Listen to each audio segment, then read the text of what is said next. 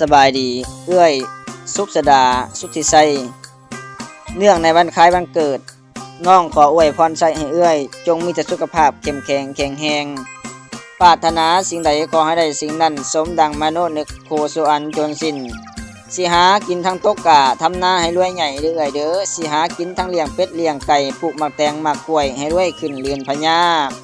สิหากินทั้งพ่อค้าแม่ค้าตั้งหันใหญ่ขายของโอ้เงินคำทองให้หลังน้องมาคือนำให้เจ้ารวยเงินล้านเงินแสนเงินหมื่นเด้อเด้อ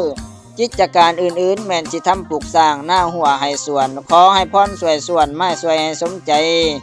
อยากจะเป็นนายครูแพทย์หมอทหารกานักศึกษาก็เฮียนได้แต่นายความหรือตำรวจเป็นสายกวดป่าไม้หมอลำเรื่องต่อก่อนขอให้พรสวยส่วนมาสวยสนับสนุนด้วยกุศลผลบุญจึงสวยสู้ให้รวยได้มีกำไรมีเงินล้านดอลลาร์ทั้งเงินบาทเด้อเงินกีบอย่าขาดบ้านสมภารเจ้าให้ใหญ่สูงนั่นทอน